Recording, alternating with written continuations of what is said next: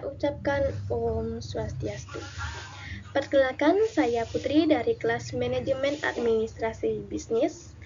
Saya akan mempresentasikan hasil tugas saya, yaitu mengenai dasar standarisasi dalam organisasi. Terima kasih saya ucapkan kepada teman-teman yang sudah nonton video ini pada presentasi hari ini, dan terima kasih kepada Ibu Putri yang sudah menonton video ini. Baiklah, pada hari ini saya akan mempresentasikan hasil tugas saya yang berjudul Dasar Standarisasi dalam Organisasi. Baik, saya akan lanjut ke pembahasan, yaitu topik pembahasan. Di sini topik pembahasan ada 6. Yang pertama latar belakang, yang kedua rumusan masalah, yang ketiga tujuan, yang keempat pembahasan, yang kelima kesimpulan, dan yang terakhir saran. Baik, saya akan lanjut ke pembahasan, yaitu latar belakang. Latar belakang globalisasi ditandai dengan perkembangan teknologi menciptakan pasar yang lebih luas dan meningkatkan persaingan pendorong organisasi untuk mengadopsi standarisasi. Organisasi di seluruh dunia dihadapkan pada tantangan untuk beradaptasi dan bersaing dengan efektif. Dalam konteks ini, standarisasi menjadi salah satu elemen kunci yang dapat membantu organisasi mencapai efisien operasional, meningkatkan kualitas produk dan layanan, serta memenuhi harapan pelanggan. Standarisasi tidak hanya berfungsi sebagai alat untuk mencapai konsisten, tetapi juga sebagai panduan untuk inovasi dan perbaikan berlanjutan dalam organisasi. Baik, yang kedua didefinisikan sebagai proses pengembangan, penerapan, dan standar yang bertujuan untuk mengatur dan melaraskan berbagai aspek operasional dalam organisasi. Standar ini dapat mencakup prosedur kerja, spesifikasi produk, sistem manajemen, serta kebijakan praktek yang diterapkan di seluruh organisasi. Dengan adanya standarisasi, organisasi dapat menciptakan kerangka kerja yang jelas dan terukur, yang pada gilirannya pada meningkatkan produktivitas dan efisiensi tim. Baik, selanjutnya yaitu kualitas produk. Salah satu alasan utama penting standarisasi dalam organisasi adalah untuk memastikan kualitas layanan yang dihasilkan dalam pasar yang sangat kompetitif. Pelanggan semakin menuntut produk yang tidak hanya memenuhi kebutuhan oleh organisasi atau pihak eksternal sebagai lembaga pengatur atau asosiasi industri. Standarisasi kualitas produk bertujuan untuk menciptakan konsisten kendalian dan kepuasan pelanggan dengan mengikuti pedoman yang jelas dan terukur.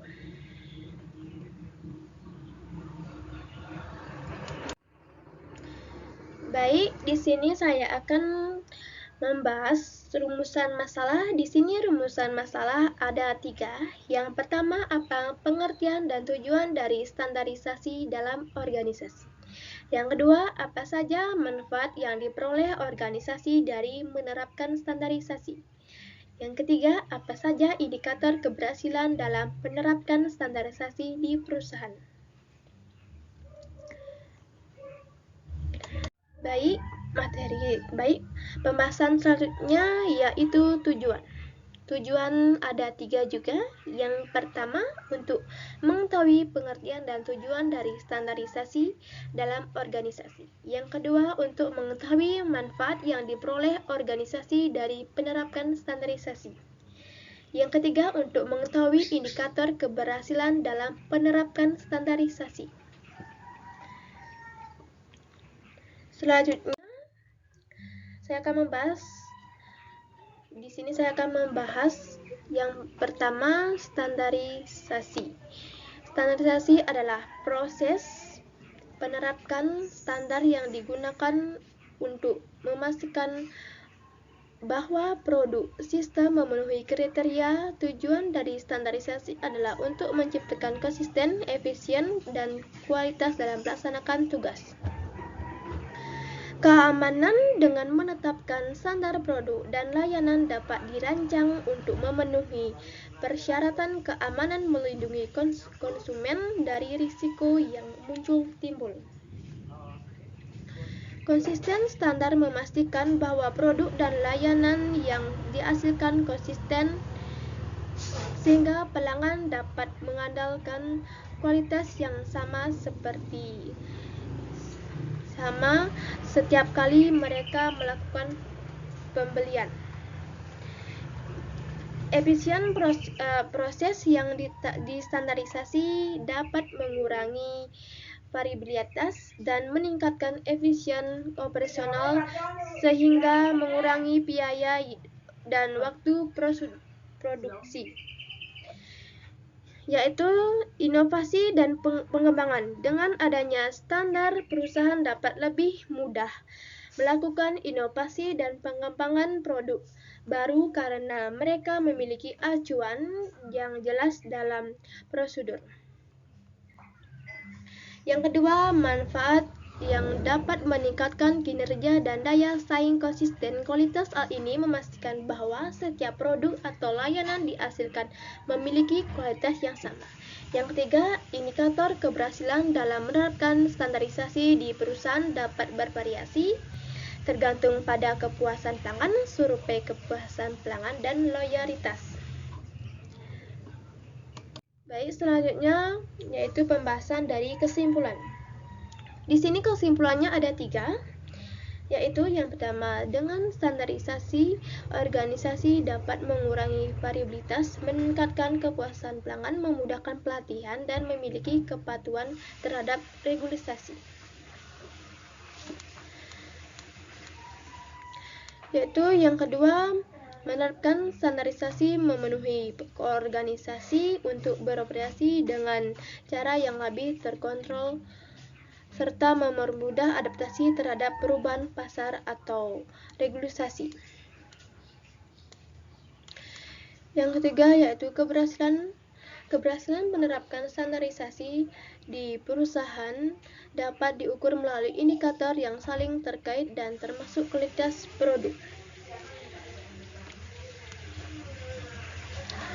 Meningkatkan komunikasi standar, mencapai bahasa dan pemahaman yang sama di seluruh organisasi. Ini memfasilitasi komunikasi yang lebih baik antara tim dan departemen karena semua orang memahami proses dan prosedur yang sama.